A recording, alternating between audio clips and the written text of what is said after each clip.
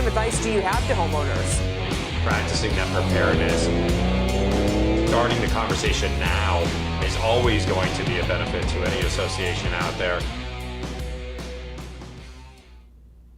And welcome to Recovery Report Live. I'm Dan Odess, president of GlobalPro, where we manage risk to recovery, and we've managed more than $1 billion in recovery. We've represented over 1,000 community associations and business owners, whether it's placing insurance and recovering from loss. And as you all know, this is the Recovery Report Live, where we want to provide you information you can use. We are here in the Griffin studio. We're going live. We have an amazing guest that's joining me today to talk about important issues regarding community association board members and making decisions. Certainly, the most important thing you're doing as a board member is making decisions in the best interest of your fellow unit owners. So we want to talk about all the issues that are plaguing that or delaying that process. But before we get there, I want to run down a few things that I'm hearing in the market and else. There's a lot of news surrounding the health of the Florida insurer market, and as it relates to some of the insolvency and some of the issues that are allegedly leading to higher rate increases. For you community association board members out there that are deciding on what product to buy from which broker, or for a business owner that's going through the process of renewing insurance,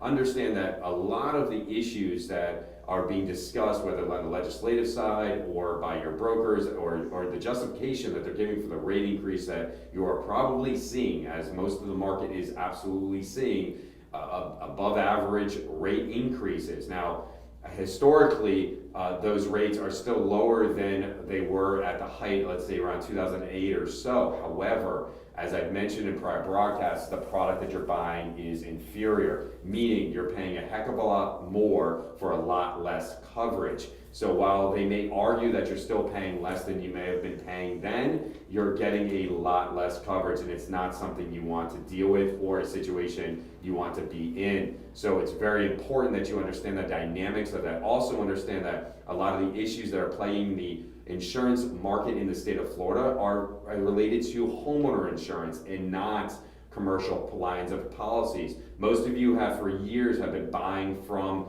surplus lines insurers that are not here in the local market. Now, the woes and issues that they're alleging at the state level as it relates to justify certain anti-consumer legislation, the clamping down on litigation, this crazy actual cash value or table in which they're going to pay for your roof damages may be related to commercial losses or impact them in your recovery, but most of the justification or the foundation for which they're making arguments for these changes has mostly to do with admitted insurers and homeowner insurers in the state of Florida. It does also, if you understand the layers of which the insurance products are bought and sold in order before they get to you on the retail level, you'd understand that there's some sort of concealment or misinformation regarding fees and expenses which are contributing to the cost of that insurer. It really is not adding up. What mostly is most concerned to me is the fact that the product that you're buying has been stripped of so much of the coverage that you're paying such an excessive rate for it, and brokers seemingly in most situations are not taking any sort of cut or commission on their commissions, so they're making more than they've ever made and selling you less product or less coverage than you've ever had before. It's really not making sense, and we talked on the last broadcast. If you didn't hear it and didn't see us live stream it, definitely go check it out on your YouTube page or LinkedIn or any of our social media. You'll see links there that'll provide access to it. I break it down, I talk about these issues, and I go into a bit of a depth of on the situation to make sure that you're all aware of what's going on in the marketplace and how it may be impacting you. What I think might be helpful is if the brokers in our market stop lying about what's contributing to rate increases or how insurers are determining who they're going to sell insurance to. I more recently heard stories about how a broker actually has a claims team, so you don't need to hire a public adjuster or an attorney to deal with a claim. I also heard that hiring a public adjuster or a hiring attorney is going to result in higher rates or cancellations or non-renewals on policies. Again, I'm not seeing this. We represent thousands of community association business owners. We have not seen these impacts. In fact, we've seen the opposite. I've seen in situations where we recover tens of millions of dollars and associations get renewals from that same insurance company. Now, they may have seen sort of rate increases, but in relative comparison to neighboring properties, the actually rate increase was less than what I saw on other properties that we don't represent. So it's really important for you to understand where you're getting this information from and how they're actually getting compensated or paid, or why they're doing this or saying these things. Some of which I can't justify or understand, or can't even point to something as to why you would even say these things or make this up. It really is not making sense. I've spoken to underwriters directly. I've spoke with contacts of ours directly with insurance companies, and they're not even supporting these issues or this commentary from brokers. They don't believe it's true either. But I honestly think it's actually a sign of desperation. I think you're seeing brokers just absolutely desperate to win business. They're competing in a market with thinner margins, of marginal differences between what they're trying to sell and someone else is selling. And I think the only differentiating factors that they can point to is some sort of issue with your claims or how you've used your insurance. Why are they taking issue with how you're using the product they sold you? It makes no sense. Why are they taking issue with your legal right to have representation? And why are they lying to you about their capacity to actually help you with claims? They're not going to go out to the properties. They're not going to do a damage assessment. They're not going to actually negotiate directly with your insurance company on your behalf. They are brokers. Just look up the definition of a broker. Any broker. They are middlemen. They are between your insurance companies and you. They are trying to balance a relationship. They're not going to play favorites. They're not going to represent only your interests. So contrary to a lot of the information out there, it's not adding up. It's not making sense. It's not what the insurance companies are actually saying and doing. It's really not fundamentally sound nor legal for them to even do some of the things that some of these brokers are insinuating that the insurance companies are doing and doing their evaluation. So eyes wide open, look at this. That's why we're going to continue talking about these issues, but understand that a lot of the impacts of what's going on legislatively in Florida with regards to insurance has mostly to do with homeowners and less to do with commercial property owners and operators such as community associations. So really important stuff, really important topics. I want to get to our guests though. We have it's a really important issue to talk about, and as it relates to insurance and making decisions. I want to bring on our next guest, Lindsay Lair, right here in studio. Thank you so much for joining us. Thank you, Dan. I'm delighted to be here today. So, Lindsay Lair, if you don't know, is a practicing attorney with Siegfried Rivera. I definitely recommend check him out online, siegfriedrivera.com. Great law firm representing hundreds of associations, I assume? Over 500 community associations and condos from West Palm all the way down to the Keys. And so talk about the practice areas of Siegfried Rivera. So we consider ourselves a boutique law firm that specializes in real estate, community association, and construction law. We have over 50 attorneys, and we aim to provide full service to our clients from ground up through terminations. All right, so getting a little into the topic, and I think it's a very relevant topic right now, why your board can't make decisions. I hope it got a lot of people's attention out there, and I hope they're tuning in or going to watch the broadcast of this, because I definitely see it. And I know we had to talk a little bit earlier before we got on the broadcast today about it. So what are some of the biggest concerns facing most of the boards today? Yeah, so there are many different factors that are going on, and our boards, at least the ones that we represent, are being challenged both from a financial concern, liability concern, and as well as the hot topic of repairs and maintenance and necessary maintenance and reserves that are required for these buildings. So there's a lot of moving parts, and I think this is a great topic, and hopefully we can provide some insight today. So as we've seen in past, there's always controversy within a community association. Sometimes I think some of these board members forget, or even in fact the unit owners forget, that the board members are their own neighbors. And I think that if people lived in single family homes, they probably wouldn't talk to their neighbor the way that we sometimes see unit owners address their board members, or board members address the unit owners. You sometimes have a complex when you're on the board, and sometimes as a unit owner, you feel as if you're like almost untouchable and you can say whatever you want to your neighbor. And I in several other prior broadcasts, I talked about promoting this idea of transparency and communication and working together to create a utopia within these community associations. But right now, there's definitely a lot of pressure on these associations that we just talked about. You just rattled off a list of concerns. what are some of the things within a community association, controversies that are dividing boards right now and leading to some of the delays and some of the decision making? Yeah, I mean, I definitely feel for the board of directors and having a non-for-profit or an unpaid role and time that these board members are giving up. Mostly the biggest thing that we are seeing are financial concerns. And this has always been throughout my practice, but boards that tend to spend money are disfavored by the homeowners. And right now we have a hard balance of liability of the board for not implementing repairs and increasing assessments, and also backlash that you're receiving from the community. Some unit owners don't want to have their assessments increased even if the building is in disrepair. So it's a really hard balance that I think the board and the management are being faced with. You know, in the face of Surfside, you would think that it would be easier to make those decisions. It would be easier to come together and work together to come up with a plan to deal with some of these maintenance issues. But the old issue is still the same issue, which is the finances, the economics of this whole thing is certainly a pressure point for a lot of associations over the years. I definitely think the swelling cost of insurance, as I noted earlier, is certainly not helping and contributing to it. And when you're getting a lot of misinformation from brokers and other advisors, it's not going to make your decision as a board any easier.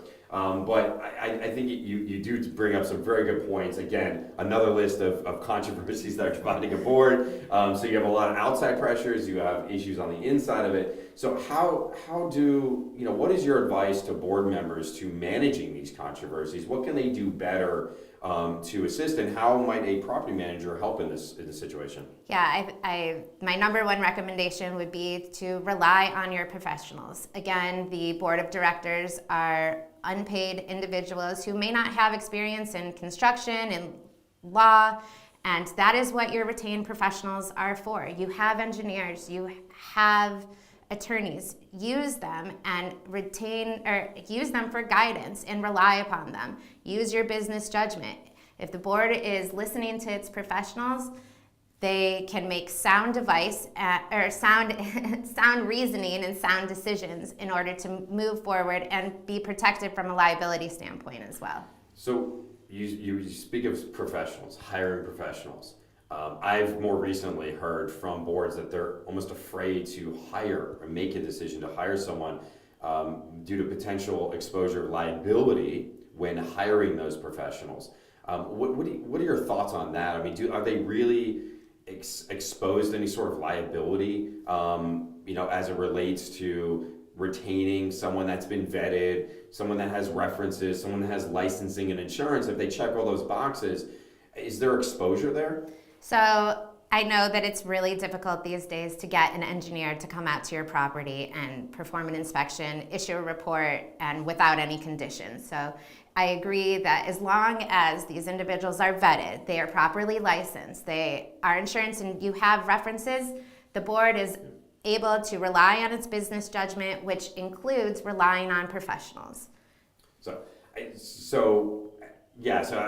would say to our boards that if you've gone through the vetting process and you have a process, which is probably obviously important, consult with your attorney, right? Make sure that your attorney has reviewed those contracts. I recently learned of a board that we represent in a claim, and I asked them for copies of contracts or whatever else and I asked them, hey, who had reviewed this when placing, because the insurance company's subrogation counsel was asking about the negotiations that went into the contract and want to understand some of the terms and conditions of it. They said, oh, well, we didn't. It's just a standard contract that we see all the time. So I definitely recommend, and again, not legal advice from me, but I'm sure Lindsay wouldn't disagree with me, consult with counsel. Yeah, I will say we see that problem all the time. Boards and associations just signing 2-page proposals that do not provide appropriate protections. There are liability waivers that are being signed, indemnifications that are being signed that present a great financial risk to the association if the contracts and proposals are not thoroughly reviewed and vetted prior to signing.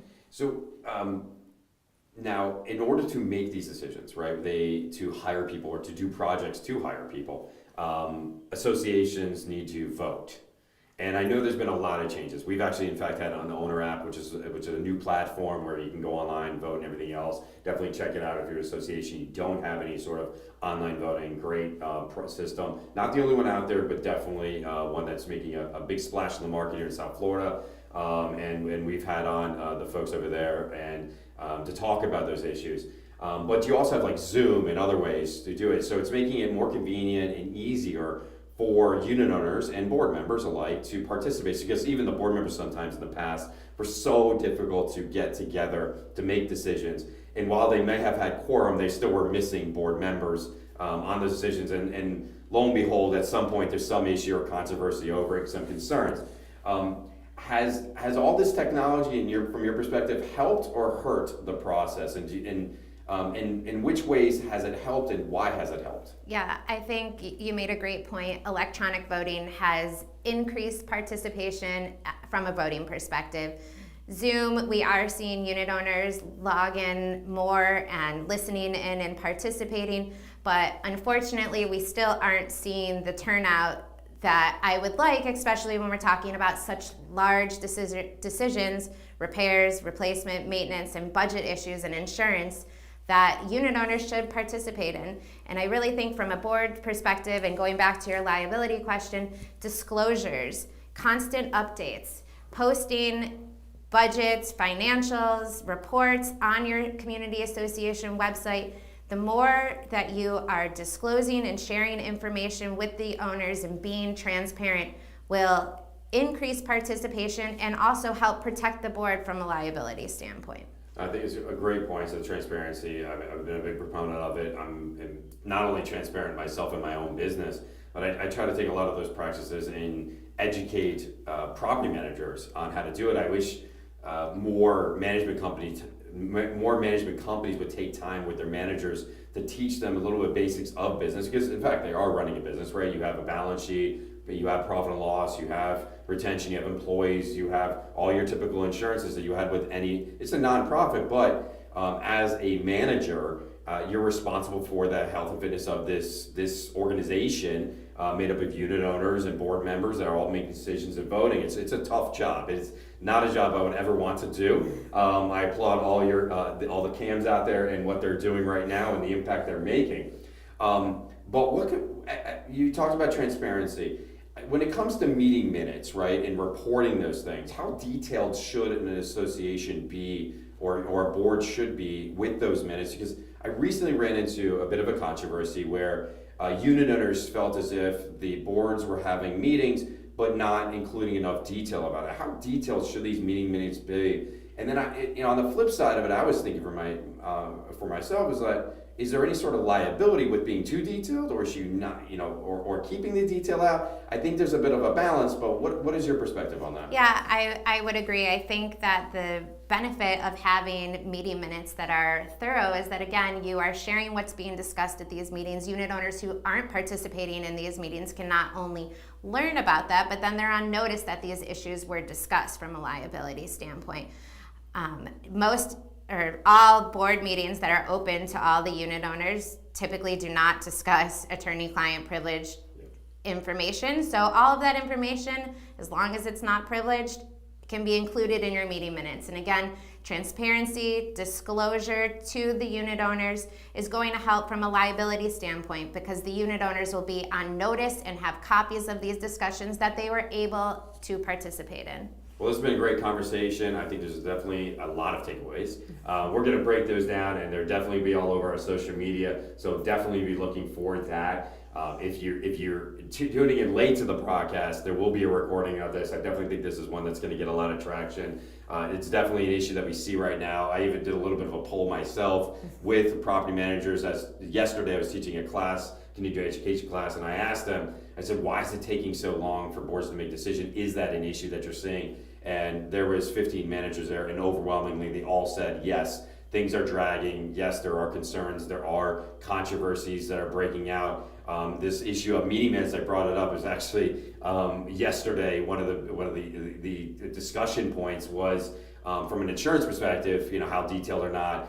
Then I asked them, I said, well, are they seeing any more issues with that? And we kind of got into a longer discussion about meeting minutes. So it's great to get your perspective on that. Yeah. Lindsay, thank you so much for joining us here today. Thank you. This was wonderful. I'm glad to be at the Recovery Report and hope to come again. Absolutely. We'll definitely have you all back. How can our audience find out more about Siegfried Rivera? Yes, www.siegfriedrivera.com. Our website has all of the information and my contact as well. Thank you again, Dan. Well, this has been awesome. Thank you so much for joining us here today, Lindsay, in the studio. And for our audience, always remember to hit the subscribe button, like us and follow us on all social media. We want to continue to provide you information you can use. That's what this is all about. Every single week, same time, same place, 11 o'clock Eastern Standard Time. We operate in many different time zones, so that's why we have to continue to plug the Eastern Standard Time for our folks in Texas, out in the Midwest, Chicago area, and up and down the West Coast. We want to make sure that you have all this information because we've talked about it in the past. Whether we're talking about Florida, we're talking about Texas, New York, or any other market, it's amazing how a lot of this legislation and a lot of the issues that we see in these various different markets at some point influence decisions made in other marketplaces. So make sure you continue to tune in, and if you came in late to the broadcast or you wanted more information, again, like us, follow us on all the social media, but of course hit the subscribe button on the YouTube channel. Same time, same place, right here at 11 o'clock Eastern Standard Time. We'll see you next week on the Recovery Report Live.